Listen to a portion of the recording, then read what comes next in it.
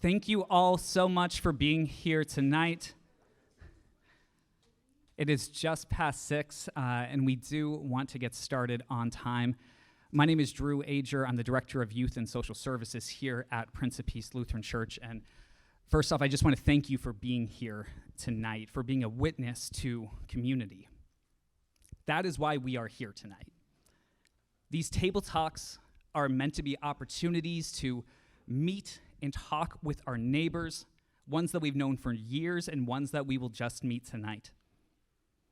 To gain awareness about important issues, to gain empathy, put ourselves in other people's shoes, and to put real action into action, and making sure that we can be the change that we want to see in this world. I think each of us is a little bit like a jigsaw puzzle piece, and we are kind of weird and quirky and unique, and we all look just a little bit different. Thanks, Susan. Okay. We have our own unique, beautiful, and quite specific way in which we see the world, and oftentimes when we're only looking at it from our perspective and our point of view, we cannot make out the whole picture. It is when we put our piece together with others, when we listen to our neighbors, when we are able to gain perspectives far greater and wider and wiser than our own. That is when we can start to break down the barriers that divide us, to put the puzzle pieces together and to see the beautiful picture that we are meant to be.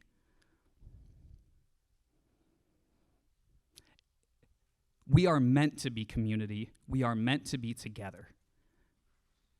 And now more than ever, we have the responsibility, the moral obligation to be community when there is none, to be the support for each other when there is none, to make sure that no one goes without community, this community. And so with that, we are blessed to have a phenomenal speaker, Pastor James Brooks, with us tonight, along with some phenomenal food afterwards.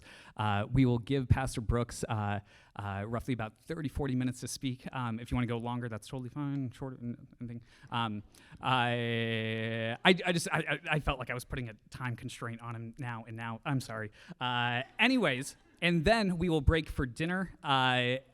We will each have a chance to go up. We'll go through that process in just a bit. And then we'll have time to engage in discussion, learning from each other, talking to each other, and really building the relationships that we need as a community, the support systems that we need to turn this hope into tenable action. So without further ado, the man, the myth, the legend, Dr. James Brooks.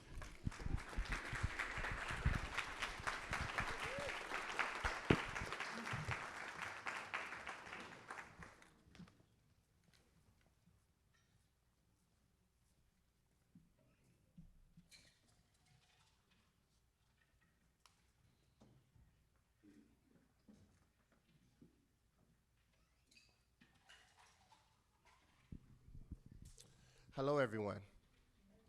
It's good to be with you here in sunny California. Wow.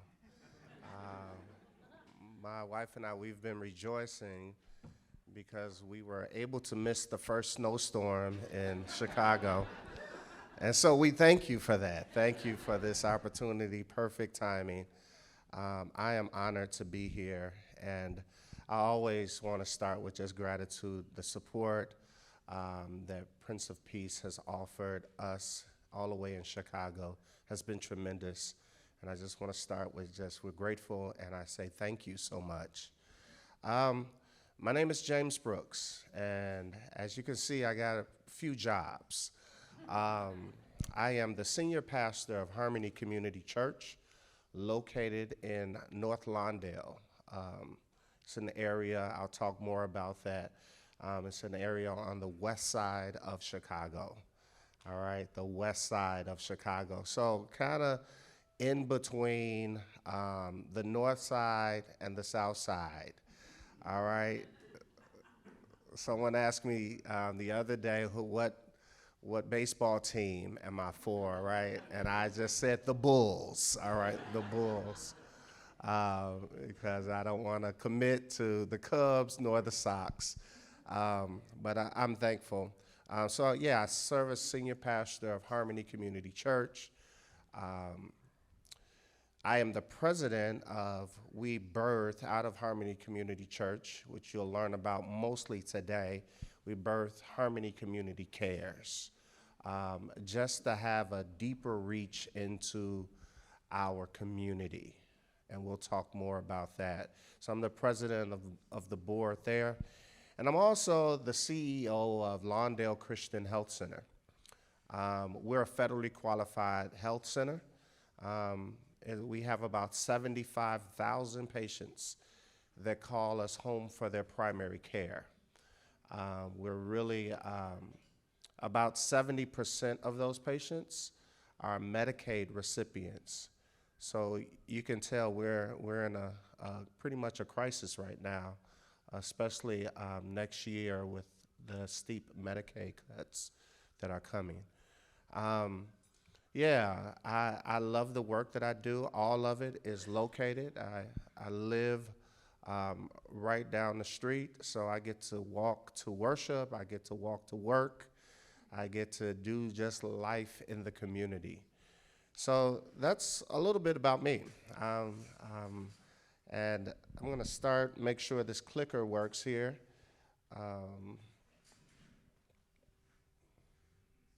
Let's see here. There we go. Let's start there. All right, I want to start there. My daughter, our daughter. First of all, my wife is here with me. Jackie, y'all give her a hand. Jackie's with me. And our daughter on September 1st, she just got married to our now son-in-law, Pedro. And it happened in Portugal. So it was a destination wedding. And there you see Pedro and Jayla, and next to Jayla is my mother-in-law, right? And of course, you guys see Jackie there next to Pedro, then Jackie's sister, Michelle, and my youngest daughter, Janae. My oldest daughter, she's a CPA, and my youngest daughter, she's a special ed teacher with Chicago Public Schools. So I'm so thankful. I am really blessed.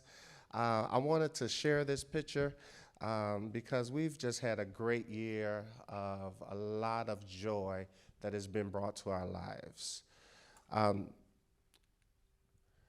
And as I do with all presentations, I like to honor my parents. They are now gone on. Mom passed away in 2013. And Dad passed away in 2017.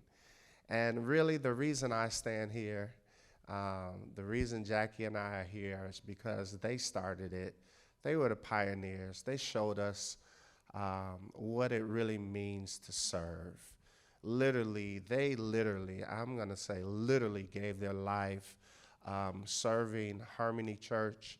My dad actually started the food pantry, which you'll hear about. He started the food pantry out the trunk of his car. There was one Sunday after church that he saw a man digging in the garbage can in our alley. And he said, this should not be, right? So it's one thing to identify the problem, but it's another thing to take action.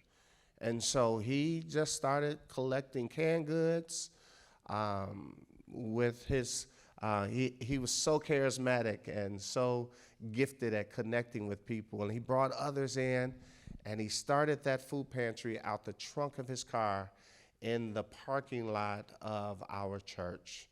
And now it has grown tremendously. We're no longer in the trunk of his car, right? But we're doing some great things. And my mom was just a steady presence. I mean, she was the one that told me over and over when things got hard that God will make a way, and God specializes in making a way out of no way. And not long ago, a couple of years ago, there's a mirror a mural that a local artist painted of my parents. And it just brings me so much joy that my parents are just recognized in this way for their service. So I have to start almost every presentation with giving an honor to where honor is due and to let you know whose shoulders I stand upon as we enter in doing this work. All right, let's talk through the lens in which I view the work that that I'm called to do. There's a framework which we call Christian community development. And it was coined, the 3 R's was coined by a guy still alive today, 96 years old, Dr. John Perkins. He has a wonderful book. He has several books out. Let Justice Roll Down, another book, Love is the Final Fight. And he just really believed that if we love, we have to put it into action. But this is the framework. This is the framework in how I make decisions, even as a CEO, as a pastor.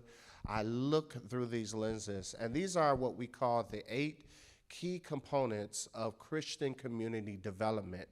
For the sake of time, they're all biblically based, but for the sake of time, I won't go through all of them, but I'll name them, and I want to talk briefly about the 3 R's, which is relocation, reconciliation, and redistribution. All right? The other 5, holistic approach, and it's spelled right. We spell it with the W. And then empowerment, church-based, leadership development, and listening to the community. Real quick, let me just touch on listen to the community, or just, I have listening up there, but just listen. Listen has the same letters as silent, right? Listen has the same letters as silent. And oftentimes we listen, as Stephen Covey says, we listen to respond rather than to understand. And to understand, one has to be silent and really listen. Oftentimes, my prayer is, Lord, let the ears of my heart hear what you are saying through your people, right? Let the ears of my heart listen well. And not only just listen, but be responsive to the need that's there. So the 3 R's, relocation. Relocation. One thing you've heard me mention is that I get to walk to work. I get to walk to the clinic. One value that we have is really being proximate or living in the community in which we serve, right? The people say, oh, no, why do you do that? Because you become one with your neighbors. You know, when I talk about North Lawndale, I'm not talking about those folks over there. I'm talking about my neighbors. I'm talking about Miss Ronnie, who lives next door to me. I'm talking about Leneva, who lives on the 3rd floor next to me and was playing music at 4 in the morning, extremely loud. And she had the nerve to come to me and ask, tell me that she'll be at church on Sunday. So I'll be praying for her. Amen. So, relocation. John 1:14 says, the word became flesh and dwelled among us. Eugene Peterson translates that verse. He says, the word became flesh and moved into the neighborhood, right? We serve a God that does not run from our pain, but enters our pain. Oh, wow. I'm sorry, I'll get emotional just thinking about it. He doesn't run from our pain, right? He enters our pain. God enters our pain through one another, right? He uses us, his hands and feet, to come and to be present with others in moments of pain. And what a sacred space that is. I talk with our physicians all the time. Right now at Lawndale, we got about 150 physicians that work for us. And I say, oh, what a sacred calling. You know, it's more, I would even think it's more sacred in this sense because you guys get to enter into a space where people trust you completely. They strip naked for you, both emotionally and physically, because they trust you and you get to draw close to them, right? That's what we call relocation or proximity, really getting to know your neighbor well, right? I want to emphasize that. It's not their community, it's our community.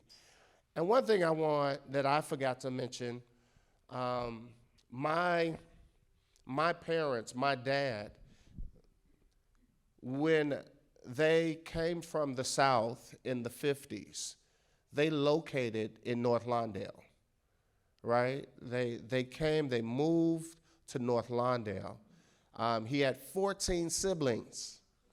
I have one auntie left, and she's turning 91 in a couple of weeks, Aunt Teal, and we love on her dearly. But they came and they lived in a 2-bedroom apartment in North Lawndale, right? They just felt this call to be on the west side of Chicago and seeking opportunity there. And so to be a leader now in this community, right, which is the Brooks family has deep roots, it means so much. So relocation. All right, can you guys repeat that? Relocation. All right, being proximate. But we also understand that it's not everybody's call to live on the west side of Chicago. But we do encourage people, be as proximate as you can. At the health center, we have a fitness center. We have a farm on Ogden. We have different options. We have a restaurant called Lou Malnati's Pizza. We have the Green Tomato Cafe. And we really encourage people to do life, worship at a church. Do life as much as you can, even if you're not living here. Do it so when you are encountered by one of my neighbors or a family member of mine, you'll understand just what they're going through in our community. The second one is reconciliation. Loving God, loving people. You have the vertical and you have the horizontal, right? Loving God and loving people. Many of us are really good, we think, at loving God, right? But when it comes to our neighbor, it just depends on who that neighbor is, right? No, but we're called to love God and love our neighbor. Love God, the horizontal, and then the vertical, and then the horizontal. Love people, right? Love God, love people. Brenda Salter McNeil, in her book, Roadmap to Reconciliation, she says, if you only have one plane of the cross, it's no longer a cross, it's a stick. Oh, think about that. You know, many of us love God, but if you really love God, it will show in how you love your neighbor, how you treat your neighbor, how you are there for your neighbor. We border a community where it's interesting times with all that's going on in Chicago right now. And Ogden Avenue, Route 66, we're right there. Our health center is there. Our church is on Route 66. Our house is 1 block away from Route 66. And right there is a dividing line of two communities. You have North Lawndale, where we live, and then you have, on the south side, you have Little Village, or South Lawndale, and that's mainly a Hispanic neighborhood. And there has always been tensions between the two communities, right? My mom, growing up, going outside to play, being at the church, my grandfather had a church in North Lawndale, and she would say, you can go outside, but don't go across the tracks. There's a track that divides the communities. She said, because those people are crazy over there, right? Now, my friend, Roger Cortez, who grew up on the other side of the track in Little Village, guess what his mother told him? Don't go across those tracks because those folks over there are crazy. So me and Roger, now we're working together, and we look at each other like, you crazy. He looks at me like I'm crazy, right? No, but we're like best of friends. And, we understood our moms were just trying to protect us at the time, right? But it's now time for us to tear down these tracks that so easily divide us. And this takes intentionality. This means I must be proximate, going over into Little Village and having a meal and engaging with my neighbors there, standing with them as their families get ripped apart. And then vice versa, when things happen over in North Lawndale, I look for my brother and my sisters to come and be proximate with us. It's loving God and loving people. Loving God and loving, let me be clear, loving all people. All people. That's one thing about my dad. He loved all people. He couldn't speak, he only spoke English, right? But he would act like he could speak French if he was in front of a person who could only spoke French. He would speak Spanish. I would be like, Dad, what are you doing? I just want to engage with him some kind of way, He was a master connector. He loved people, right? Relocation. All right, now you guys say reconciliation. Reconciliation, yes. And let me put a tag here. Reconciliation is hard work. It's really hard work. It's not easy because we have in our minds these narratives that have shaped the way we think. But I'm so thankful for neuroplasticity, right? Where our mind, that's what Paul talks about, the renewing of our mind. It can be reshaped. Lord, do a work on my mind. Do a work on my mind. If I'm judgmental towards anybody, do a work on my heart, on my mind. Make me new. Create in me, David said, create in me a clean heart and renew in me the right spirit. Because I want to be one who loves you, God, and loves my neighbor. Then finally, redistribution. Redistribution. John Perkins coins, he loves telling the poem, give a man a fish, he'll eat for a day. You guys know it. Teach a man to fish, he'll eat for a lifetime. However, we have a problem with that. Men aren't the only ones that fish. Women fish as well. Amen. Amen. And the other problem we have, who owns the pond? Who owns the pond that they're fishing from, right? That's really the one who holds the power and the wealth. So how do we break up the pond? How do we give everybody? I love initiative that we have at the health center. Remember, we have, we're facing a financial cliff now, but we've had some strong reserves in the past.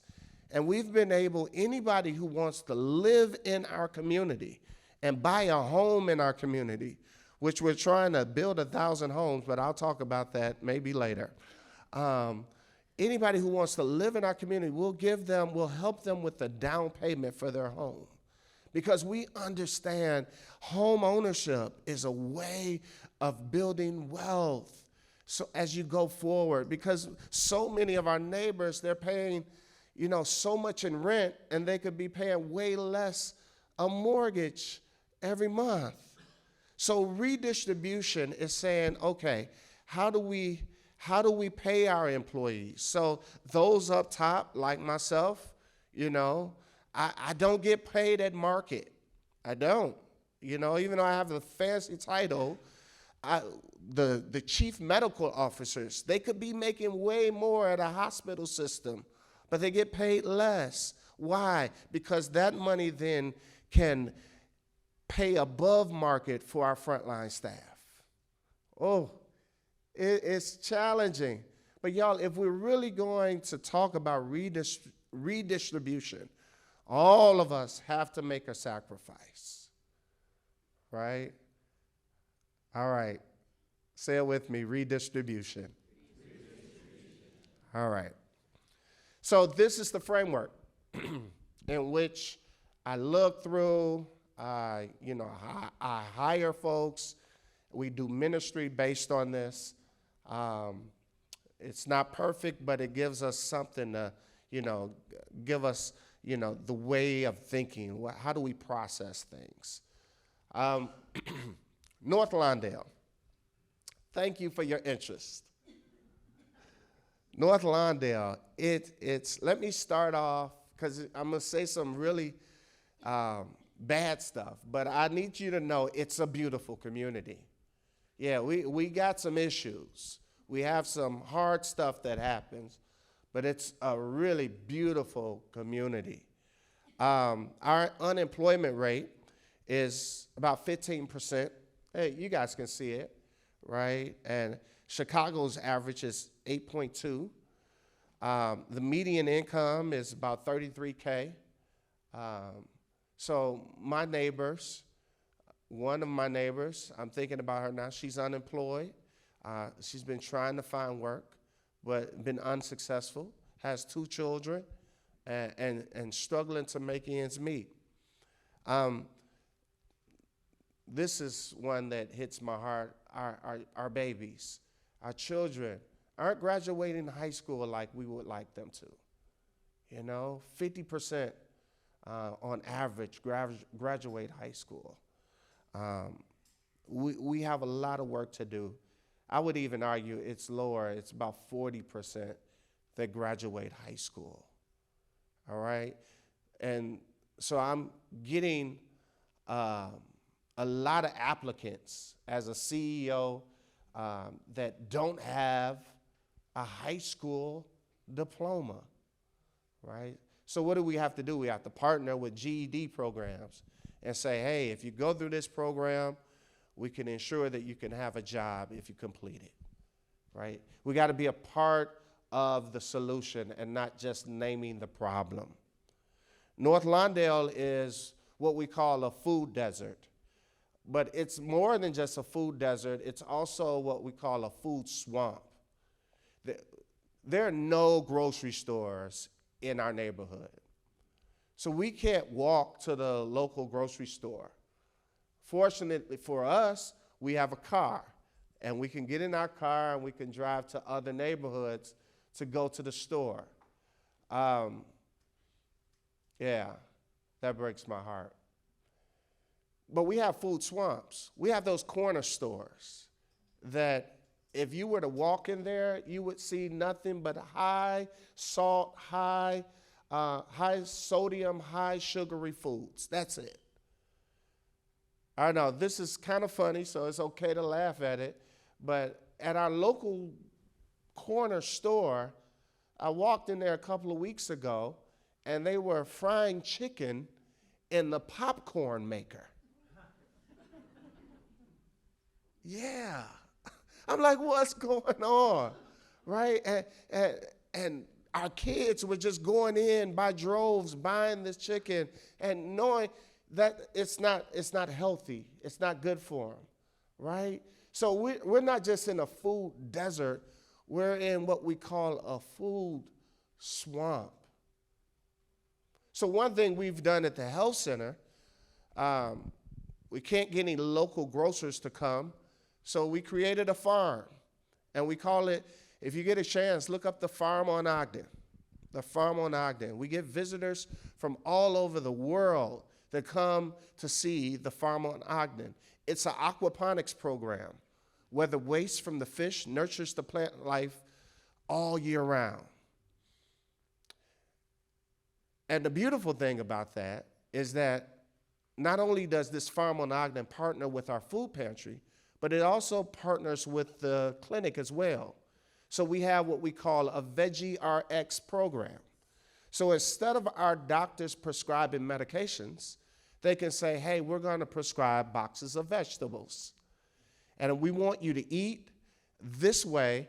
And the beautiful part is we have dietitians, we have cooks that show people how to prepare these meals in a tasty way, right? And we've seen we've seen about the other day when I looked, we've seen about 10% of our patients have seen go from uncontrolled blood pressures to controlled blood pressure.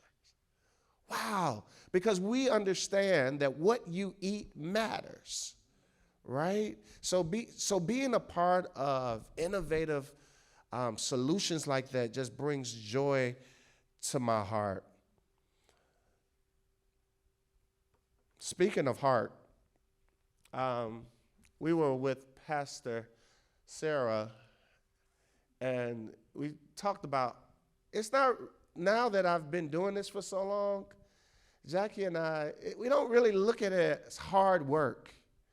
Jackie says it's heart work.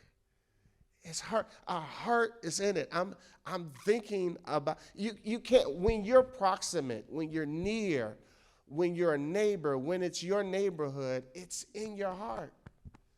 It's in your heart, right? So it's not hard work. I get excited about waking up every morning and getting at it, right? But also what comes with that is the danger of doing too much. So I thank you for this time away. I took a nap today, and I realized that a nap is a spiritual discipline. Amen. And if you have not tried one, try it out. I'm telling you, it works wonders. I feel great today. All right. So thank you. All right, let's talk about Harmony Community Cares.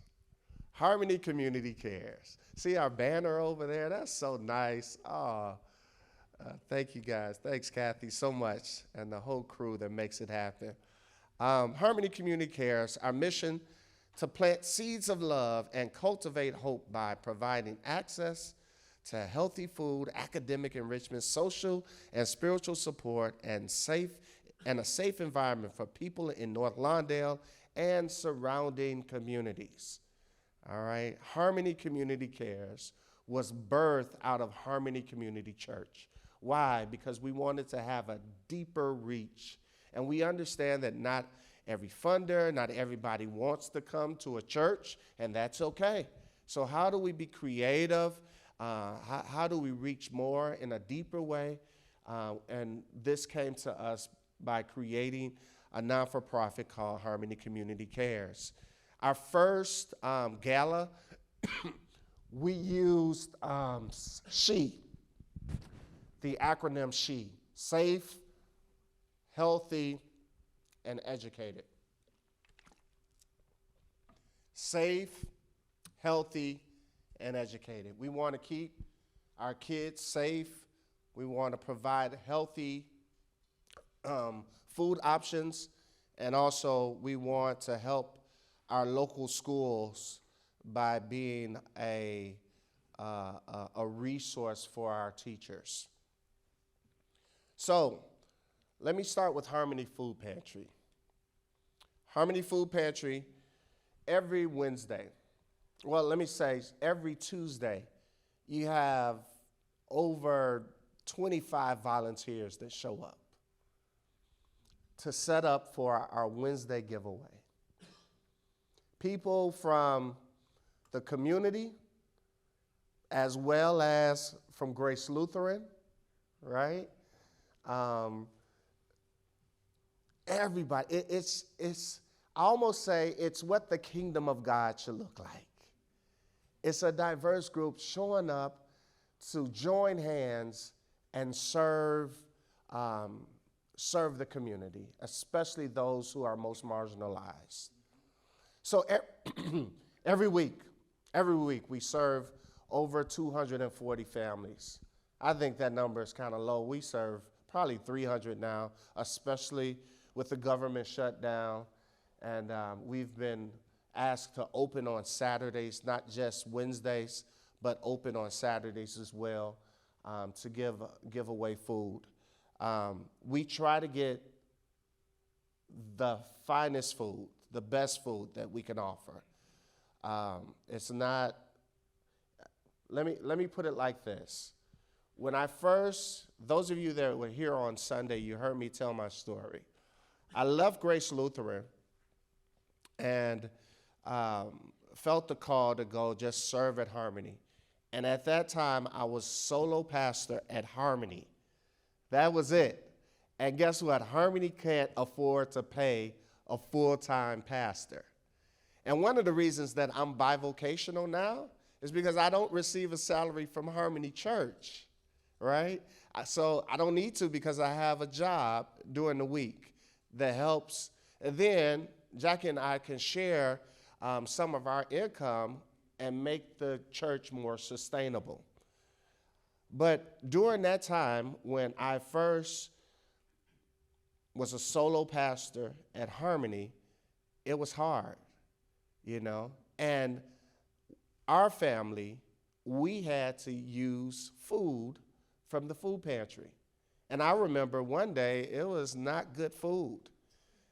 And I said, if I don't eat it, why would we serve it to our neighbors? So the crew, you know, we work with like Trader Joe's, Jewel Osco, that's our local grocery chain. We work with Chicago Food Depository. And we are committed to providing quality food options for our neighbors. And also, just making sure that the nutritional value is there as well. Harmony Food Pantry. This is the food pantry that my dad started out the trunk of his car. Wow. It's one of the biggest on the west side of Chicago. Now we're being called upon, in moments like we're in now, we're being called upon to answer the call, the need in our communities. And it all started with my father seeing a man in the back of the church saying, this should not be. This should not be. That's a great question for all of us. What do we witness every day that should not be? And then how are we called to make a difference? Lord, open the ears of my heart.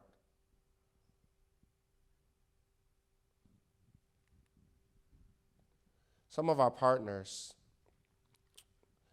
Windy City Harvest, that's actually the program that's ran out of the farm on Ogden, which I told you guys about. They grow the food there and they share it with Harmony Food Pantry. Rush University, this is really unique. They have a cardiologist that is committed. He was driving past Ogden, I believe, every day, and he says, what more can I do? And this cardiologist and his team of interns or residents, they show up once a month, and they're there taking vitals of those who come and frequent our food pantry. And I think he said roughly about 90% of those who they take their blood pressure, it's elevated, right? And then because we're also associated with Lawndale, then we can refer them, go see primary care right away, right? And there are some, no, go to the ER right away, right? Because if you don't, you may end up having a stroke. So we're thankful for that. And then we have Vivery. This is a delivery service for our seniors. For seniors, we partner with a group called I Am Able. We're able to deliver food to our seniors. And what I love about our food pantry, whether you're driving or you're walking, we will serve you. in any capacity. So it's partnerships. It's interdependency. We need one another in this work, right? You know, in school we learned about rugged individualism, right? But this model is about interdependency. We need one another in this work because this work gets hard sometimes. But if your heart is in it, it becomes hard work. And I know what slide is coming next, so I'm trying to keep my composure here. But this is Keon Boyd, and in 2016, this young man, member of Harmony Church, very active in our church, his mom, his entire family, right? My quote in this article says he was just a selfless young man that really knew the value of serving others. Thank you. He knew what it meant to serve, but one day, riding his bike, he was gunned down. And Jackie, my wife, she said, this should not be. We got to do something. And we had started what we call Harmony Leadership Institute back in 2012. But, you know, we started, then it stopped. But what I love about my wife, when she starts something, she's going to see it all the way through. And we started a tutoring program. We said we have to keep our kids safe. We got to get them in this building, and we have to keep them safe. And so it's really an honor.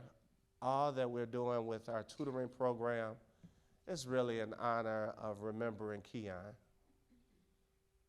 Gone too soon.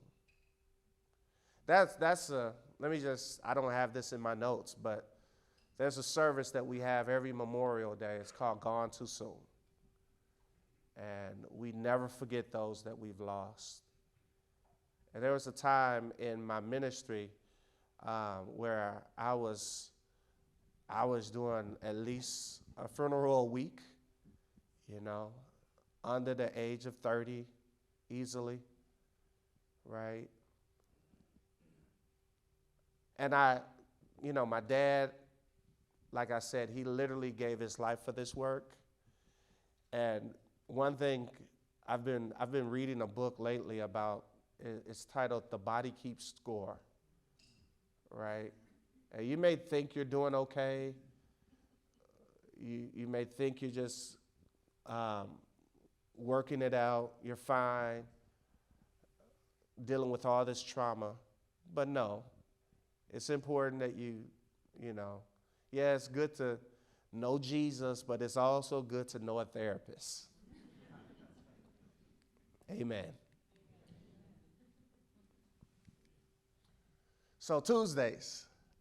All right, I was going to put Jackie on the spot, but this gives me an opportunity to just brag on her.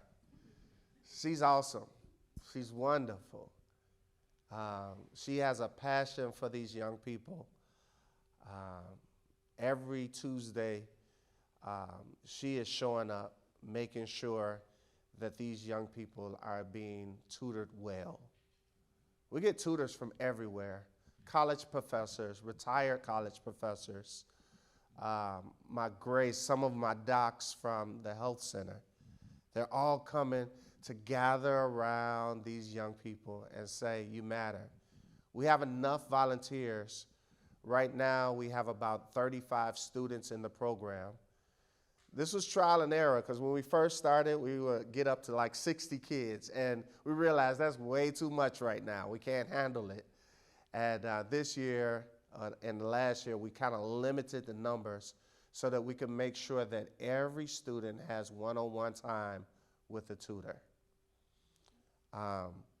So it's amazing to see the impact, the relationships that are forming just organically with tutors and these students. And what I love about it is that we're bookend with the school. The school called is Anton Dvorak. And we're on one end of the block of Millard, and Dvorak School is on the other. Now we have teachers that will call us. We have teachers that we can call. We have the principal that we can call. And we can check on all of our students that are in the program to make sure that they're doing well. So when little Johnny comes and he says, I don't have homework tonight, Jackie will verify that by making a call and making sure. But what excites me most about this program, the tutoring is great, but it's the food at the end. We are able to serve hot meals. And Prince of Peace, you're the reason for that. And what I've learned is that it's not just the students that are hungry, but it's families that come in. Families that come through our door at the end of tutoring at 8 o'clock, and we have enough food where we can serve the family for the evening. So it also happens on Thursdays where we have fine arts, introducing kids to the arts. They have a huge play that's coming up. I wish all of you could fly in December and come and see this play. So we're excited about that. We introduce them to music, dance, and visual arts. And we give them tools for reducing anxiety and how to cope with emotional social learning, right?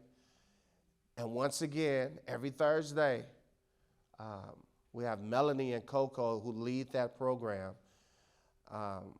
But every Thursday, we end the day with a meal. We end the evening with a meal. All right? Other things that I don't have listed up here, but my daughter, who showed you, my youngest daughter, who's the special ed teacher, it's rough being a preacher's kid because you're going to get volunteered or voluntold, all right? She shows up every Tuesday to tutor our students, but also her, Janae, and Liza, they run a summer reading program. And this has been so fun, watching kids, because during the summer months, if you don't use it, you'll lose it. And so they're able to keep those kids reading at grade level, and we've seen even more so that they improve a level going into that next year of school. It's amazing what God is up to. Why is it happening? Because of people like all of you. We link arms and we say, this should not be. We have to make a difference in our community. So, let me share just an overview of how we've been doing over the years. In 2018 or 17, we were formed as a 501c3. But I have to let you know, we were doing the work before we formed the 501c3, Harmony Community Cares. We were doing it as Harmony Community Church. But in 501c3, we thought we want to go deeper. We have opportunities for even more funding to help us go deeper. So we started this 501c3 called Harmony Community Cares. In 2020, I did something crazy. Harmony Church, we used to have a sloped floor, and we had pews that were nailed down to the floor. That was our sanctuary. we had pews that were nailed down to the floor, and it was a slope floor. So I would walk in there, and I would be saying, man, it's a beautiful space, but it's also a space that's underutilized. So I'm like, Lord, what can we do with this space? I talk a lot about stewardship and then the stewardship of space. Like, this is a space that's just sitting here during the week. And we have this tutoring program, fine arts program, and we're jamming kids into this small little space when we have this space right here that we could be using. So we, along with Grace Lutheran and other partners, came together and we did a renovation in 2020. We tore up the floor, leveled the floor, got rid of the pews, and we leveled the floor and we got chairs. So now our sanctuary space is a versatile space. So what better place than for our children to be on Tuesday and Thursdays than in the sanctuary? Right? They're there. Why? Because it's stewardship of space. We're utilizing as much space as we can to care for our community. So that happened during the pandemic, and we were able to make the renovations happen. So many people gave of their time, talent, and resources so that now we can fill up that sanctuary. It's not just an empty space during the week, but it's a space where community forms, where we believe God is present and safety happens. Growth years, since 2020, we've really grown.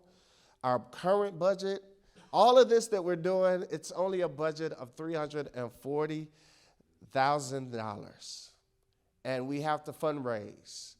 We have a huge gala every spring, and we've really experienced growth. Some of you have participated in our virtual galas, and we appreciate you so much. Thank you. And just recently, about a month ago, we got to a place where we hired our first interim executive director, right? So, oh yeah, that's what, yeah.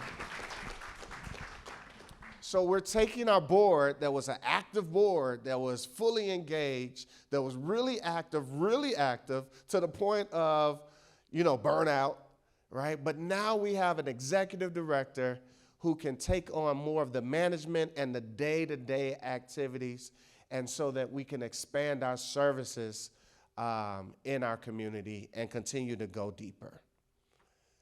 So we are thankful. We are thankful. We are so thankful for all the support. So, looking at some of our partnerships, as you can see, Prince of Peace is there. Our service partners, Windy City, Rush, Lawndale. And now, like I said, we're just transitioning from a board managed to a professional senior leadership, evolving to meet growing needs in our community. We're grateful.